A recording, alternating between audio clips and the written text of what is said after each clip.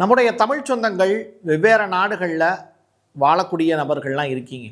அங்கே இஸ்ரேலுக்கான தூதரகங்கள் இருக்கா? அப்படி இருந்தது அப்படின்னா ஹிஸ்புல்லா சைடில் இருந்தும் லெபனான் சைடில் இருந்தும் முக்கியமான எச்சரிக்கை ஒன்று பறந்திருக்கு. உலகம் முழுவதும் இருக்கக்கூடிய இஸ்ரேலிய தூதரகங்களை முடிச்சிருவோம் அப்படின்னு சொல்கிறாங்க. இதில் எந்த அளவிற்கு உண்மை இருக்குது, அப்படி செய்வது சாத்தியமா அப்படிங்கிற கொஸ்டின் மார்க் இருக்குது. வாட்டர் கிரைசஸ், ஈரான் முழுவதும் இப்போது தண்ணீர் பற்றாக்குறை அப்படிங்கிறது தலைவிரித்தாடுது. ஈரானுக்கு உள்ளே வரக்கூடிய 8 பைப்லைன் அது சேதாரமாயிருக்கு அப்படிங்கிற தகவலும் ரிலீஸ் ஆகிருக்கு. இதனால் என்ன பாதிப்புகளை ஈரான் மக்கள் சந்திப்பாங்க அப்படிங்கிற அந்த கொஸ்டின் மார்க்கு. இது எல்லாத்தையும் கடந்து ஈரான் ஏவுகணைகள் மூலியமாக இஸ்ரேலுக்கு ஏற்பட்டிருக்கக்கூடிய பாதிப்புகள், ஈரான்லையும் சில முக்கியமான கிரவுண்ட் இருக்குல்ல, இப்போ ஸ்போர்ட்ஸ் அகாடமிலாம் வச்சுருப்பாங்க, கால்பந்தாட்ட மைதானம் உள்ளிட்ட விஷயங்கள், அதெல்லாம் இஸ்ரேல் அழிச்சிருக்காங்க.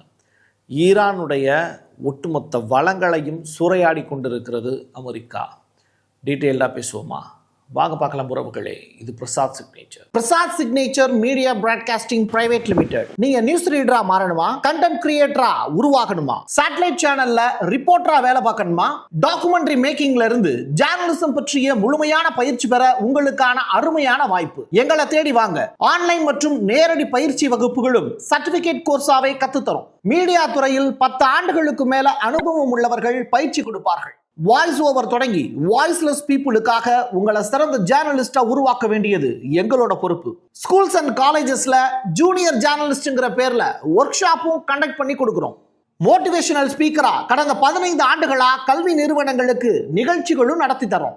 தொடர்புக்கு 9944790333 94493594 prasadsignature@gmail.com. தென்னிந்தியாவின் கட்டடக்கலை ராஜாக்கள் creator constructions and north west interiors உங்களோட கனவு இல்லத்தை பிரம்மாண்டமா கட்டி கொடுக்குறாங்க கிரியேட்டர் கன்ஸ்ட்ரக்ஷன்ஸ். அதோட கட்டி கொடுத்த வீட்டை இன்டீரியர் பண்ணி அழகாக்குறாங்க நார்த் வெஸ்ட் இன்டீரியர்ஸ். தொடர்புக்கு 7290799991. உங்களுடைய தொழில் சம்பந்தமான விளம்பரங்களை நமது சேனலில் ஒளிபரப்ப உங்களுக்கான அருமையான வாய்ப்பு. ஹோர்ராம் ஜகார் 4 அப்படிங்கிற அந்த ஐசிபிஎம்முக்கு இணையான ஒரு ஏவுகணையை ஈரான் இப்போது இஸ்ரேல் மேலே ஏவியிருக்காங்க அப்படிங்கிற தகவல். இது 2000 கிலோமீட்டர் தாண்டி பயணம் செய்ய வல்லது அப்படிங்கிற தகவல். இதனுடைய வார்ஹெட் அப்படிங்கிறது 1 டன் எடை அளவுக்கு இருக்கும் அப்படின்னு சொல்கிறாங்க. இது ஏற்படுத்தக்கூடிய தாக்கம் அப்படிங்கிறது கிட்டத்தட்ட ஒரு குட்டி அணுகுண்டு அப்படின்னு சொல்கிறாங்க. அந்த அளவிற்கான ஒரு ஸ்ட்ராங்கான ஒரு வெப்பனை இது பூமியில் இறக்கும் அப்படின்னு சொல்லப்படுது. இது மட்டும் கிடையாது, ஈரானில் 1 லட்சம் மக்கள் இப்போது ஈரான் நிலத்தை விட்டு நகர்ந்திருக்காங்க அப்படிங்கிறத இப்போது அமெரிக்காவில் இருந்தும் யூகேயில் இருந்தும் வெளியாகக்கூடிய பத்திரிகைகள் சிலது சுட்டி காட்டுது. பட் ஈரானியர்கள் 1 லட்சம் பேர் அந்த நாட்டை விட்டு வெளியில் போவாங்களா அப்படிங்கிற கொஸ்டின் மார்க் இருக்குது.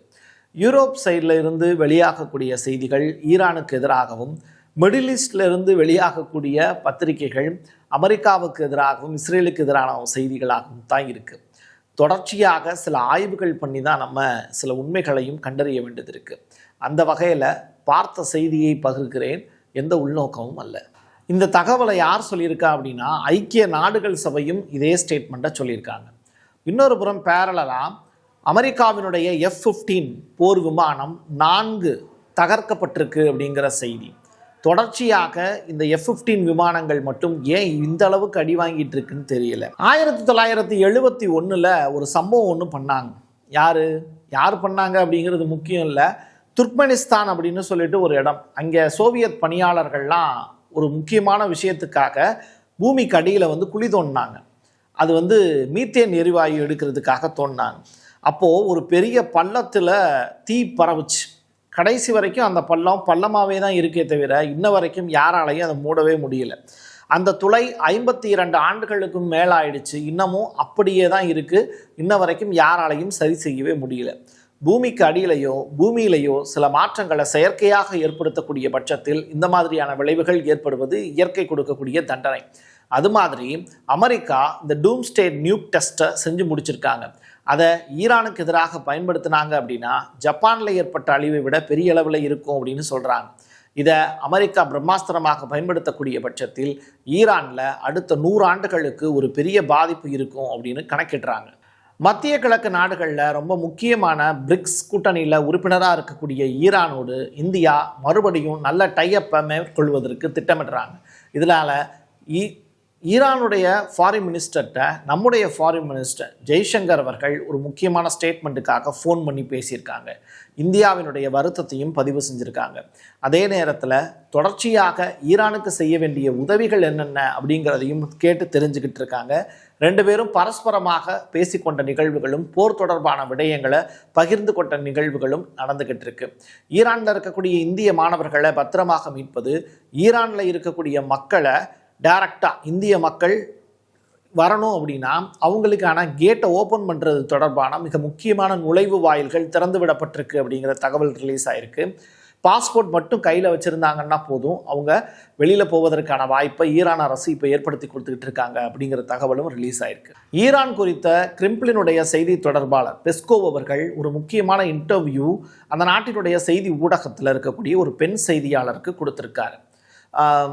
இருவரும் ரொம்ப நெருக்கமாக இருக்கிறது மாதிரியான ஃபீல் எனக்கு இல்லை. பார்க்குற உங்களுக்கு அப்படி இருந்ததுன்னா அதுக்கு நான் பொறுப்பும் இல்லை. எது எப்படியோ விஷயத்துக்குள்ளே ட்ராவல் பண்ணும்போது இது எங்களுக்கான போர் அல்ல, நமது நலன்களுக்கு ஏற்றதை நாம் செய்ய வேண்டும், முடிந்தவரை நமக்கான நன்மைகளை நாம் உறுதி செய்ய வேண்டும், அது ஈரானுக்கானதாக அல்ல அப்படிங்கிற ஸ்டேட்மெண்ட்டை அவர் சொல்ல. மற்ற நாடுகளை பற்றி எங்களுக்கு கவலை இல்லை, எங்களுடைய நாடை பற்றிய கவலை மட்டுமே எங்களுக்கு உள்ளது அப்படிங்கிறது தான் இவர் பேசி இருக்கக்கூடிய தொனியிலிருந்து நாம் புரிந்து கொண்ட உண்மை. Должны ли мы влиять на ситуацию на Ближнем Востоке? С одной стороны, мы не можем активно вмешиваться, но не можем и оставаться в стороне. И какие у нас есть сейчас механизмы? தொடர்ச்சியாக இஸ்ரேல் தளங்களை வேட்டையாடுவதற்கு ஹிஸ்புல்லா ஒரு பெரிய பிளான் ஒன்று போட்டிருக்காங்க. அதாவது லெபனானில் இருக்கக்கூடிய ஹிஸ்புல்லா படையை முடக்குவதற்கு இஸ்ரேல் தொடர்ச்சியாக ஆயுதங்களை வைத்து அடித்து கொண்டிருக்கிறது. அது ஒரு பக்கம். ஆனால் ஹிஸ்புல்லா சத்தமே இல்லாமல் சில சம்பவங்களை செய்கிறதுக்கும் திட்டம் போட்டுக்கிட்டு இருக்காங்க. லெபனான் அரசு அமெரிக்கா கிட்ட மண்டிட்டுருச்சு. ஆனால் ஹிஸ்புல்லா அப்படி அல்ல. அவங்க கடைசி மூச்சு இருக்கிற வரைக்கும் யாருக்காக நிற்பாங்கன்னா ஈரானுக்காக நிற்பாங்க. அது கடந்த கால வரலாறு. இப்படிப்பட்ட நிலையில் அவங்க சைடில் சொல்லியிருக்கக்கூடிய இன்ஃபர்மேஷன் உலகம் முழுவதும் இருக்கக்கூடிய இஸ்ரேலிய தூதரகங்கள் எந்தெந்த நாட்டிலலாம் இருக்கோ அதை பூரா நாங்கள் அழிச்சிடுவோம் அப்படிங்கிற ஸ்டேட்மெண்ட்டை சொல்கிறாங்க. மத்திய கிழக்கில் இருக்கக்கூடிய சுற்றுலா பயணிகளை மீட்பதற்கு, அதாவது ரஷ்ய சுற்றுலா பயணிகளை மீட்பதற்கு ரஷ்ய அரசு இப்போ ஈரான் கிட்ட பேசியிருக்காங்க. கூடிய விரைவில் எங்களுடைய மக்களை எந்த காயமும் இல்லாமல் எங்கள் நாட்டுக்கே திருப்பி அனுப்பிடுங்க, அதற்கு தேவையான உதவிகளை செய்யுங்கன்னு ஈரான் கிட்ட கேட்டிருக்காங்களாம். நம்ம இப்போ ஒரு முக்கியமான விஷயத்தை பற்றி பேச வேண்டிய காலகட்டத்தில் இருக்கும். ஈரானில் போர் நடக்குது, உண்மைதான். பொருளாதார மந்த நிலை ஈரானில் இருக்குது, அதுவும் உண்மைதான். பட் ஒரு மனுஷன் வாழ்கிறதுக்கு அடிப்படையான தேவைங்கிறது தண்ணி. அந்த தண்ணி அப்படிங்கிறது ஈரானில் இயற்கையாக கிடைக்குதா அப்படின்னு பார்த்தா கம்மியாக தான் கிடைக்குது. ஸோ வாட்டர் கிரைசிஸ் அப்படிங்கிறது ஈரானில், சவுதி அரேபியாவில், ஏன் கத்தாரில் உள்ளிட்ட நாடுகள் எல்லாமே இருக்குது. என்ன அங்கே அதிகமாக கிடைக்கும், ஆனால் தோண்டும் போது தண்ணி மட்டும் வராது. இதனால் பைப்லைன் மூலியமாக என்ன பண்ணுவாங்கன்னா அவங்க வேறு நாடுகளில் இருந்து தண்ணியை இறக்குமதி பண்ணுறாங்க. கடல் நீரை குடிநீர் ஆக்கக்கூடிய திட்டங்களும் அவங்க வச்சுருக்காங்க. ஆனால் ஈரானிய எரிசக்தி துறையினுடைய அமைச்சர் அவர் சொல்லக்கூடிய விஷயம், நீரும் மின்சாரமும் ஈரானில் பெரிய அளவில் பற்றாக்குறையாக இருக்குது. ஸோ தானியங்கி முறையில் செயற்கையாக நீரை உற்பத்தி செய்யக்கூடிய திறன் அப்படிங்கிறது இப்போ கம்மியாயிட்டு இருக்கு. அதற்கு பதிலாக அவங்க 8 பைப்லைன் மூலியமாக வெளிநாடுகளில் இருந்து தண்ணீரை இறக்குமதி செஞ்சுக்கிட்டு இருந்தாங்க. அதில் அவங்க முக்கியமாக 2 நாடுகளை நம்பி இருந்தாங்க. ஒன்று ஆப்கானிஸ்தான், இன்னொன்று தஜிகிஸ்தான் அப்படின்னு சொல்லிட்டு ஒரு நாடு. இந்த 2 நாடுகளை நம்பி இருக்கும்போது தான் இப்போது ஆப்கானிஸ்தானுக்கும் பாகிஸ்தானுக்கும் இடையில் செயற்கையான முறையில் அமெரிக்கா போரை தூண்டிவிட்டு ஆப்கானிஸ்தானை நிம்மதி இல்லாமல் தவிக்க வைக்குது. இதன் காரணமாக ஆப்கானிஸ்தானில் இருந்து ஈரானுக்கு போகக்கூடிய பைப்லைன் அப்படிங்கிறது தண்ணி போக முடியாத ஒரு துர்பாக்கியமான ஒரு நிலையும், ஃப்ரீக்வெண்ட்டாக அந்த தண்ணி கிடைக்காத வகையிலையும் தடை செஞ்சுருக்காங்க அமெரிக்கா. இன்னொரு புறம் தஜிகிஸ்தான் அப்படிங்கிற நாட்டுக்கும் ஃபோன் போட்டு மிரட்டி விட்டுருக்காங்க. ஸோ இந்த 2 நாடுகளுக்கு கொடுக்கக்கூடிய நெருக்கடி அமெரிக்காவால் அது ஈரானுக்கு தண்ணீர் பற்றாக்குறை ஏற்படுத்துது. வெளிநாடுகளில் இருந்து ஈரானுக்கு பைப்லைன் வழியாக வரக்கூடிய 8 பைப்லைன்கள் இருக்குது. இந்த 8 பைப்லைன்களையும் அமெரிக்கா முடக்கியிருக்காங்க. தண்ணி இருந்தால் தானே சண்டை போடுவேன், சாப்பாடு இருந்தால் தானே உயிர் வாழுவேன், மிசைலை மட்டும் வச்சுமே எத்தனை நாளைக்கு நீ சண்டை போட முடியும் அப்படிங்கிற அந்த கொஸ்டினை இப்போது செயற்கையாக ஒரு தட்டுப்பாட்டை ஈரான் மேலே ஏற்படுத்துகிறாங்க. ஈவன் சவுதி அரேபியாவில் கூட அந்த மாதிரியான கிரைசிஸ் இருக்குது, இல்லைன்னு சொல்லலை. ஆனால் தொடர்ச்சியாக இப்போ போர் பண்ணிக்கிட்டு இருக்கிறது ஈரான் தான். ஈரானுக்கான நெருக்கடிங்கிறது அதிகமாகும் போது ஈரான் அமெரிக்கா கிட்ட சரணடைவதற்கான வாய்ப்பை இப்போ அமெரிக்கா உருவாக்கிக்கிட்டு இருக்காங்க. பதிலுக்கு ஈரான் என்ன செய்ய போகிறாங்க, ஒட்டுமொத்த மக்களுக்கு தேவையான எல்லா வாய்ப்புகளையும் வசதிகளையும் உருவாக்கி கொண்டு தான் ஒரு போரை நடத்த முடியுமே தவிர மக்களை பட்டினியாகவும் தண்ணி இல்லாமையும் போட்டுட்டு அவங்கள கொண்டுட்டு ஒரு போரை நடத்துறதுங்கிறது எளிமையான காரியம் அல்ல. அப்படி ஒரு விஷயத்தை ஈரானுடைய தலைமையும் செய்யாது அப்படிங்கிறத நம்பலாம். மக்களுடைய வாழ்வாதாரம் அங்கே காப்பாற்றப்படணும், அதற்கு தேவையான வழிகளையும் அங்கே உருவாக்கப்படணுங்கிறது தான் நம்ம சைடில் இங்கே சொல்ல வேண்டிய விஷயம். இது எல்லாத்தையும் தாண்டி இவ்வளவு சவால்கள் இருக்குது. ஒரு ஏகாதிபத்தியத்துக்கு எதிராக உலகத்தில் யாருக்குமே இல்லாத ஒரு தைரியம் ஈரான் மட்டும் இப்போ அமெரிக்காவையும் இஸ்ரேலையும் எதுக்குறாங்கன்னா அவங்க எதுக்கக்கூடிய விஷயங்கிறது சாதாரணமான விஷயம் அல்ல. அடுத்த 500 ஆண்டு கால வரலாற்றில் ஈரானுடைய பெயர் அப்படிங்கிறது இன்னைக்கு அவங்க பண்ணிக்கிட்டு இருக்கக்கூடிய இந்த போரில் அவங்க ஜெயிக்கிறாங்களா தோக்குறாங்களா அப்படிங்கிறத பொறுத்து ஈரானுடைய தலையெழுத்தே மாறப்போக்குது.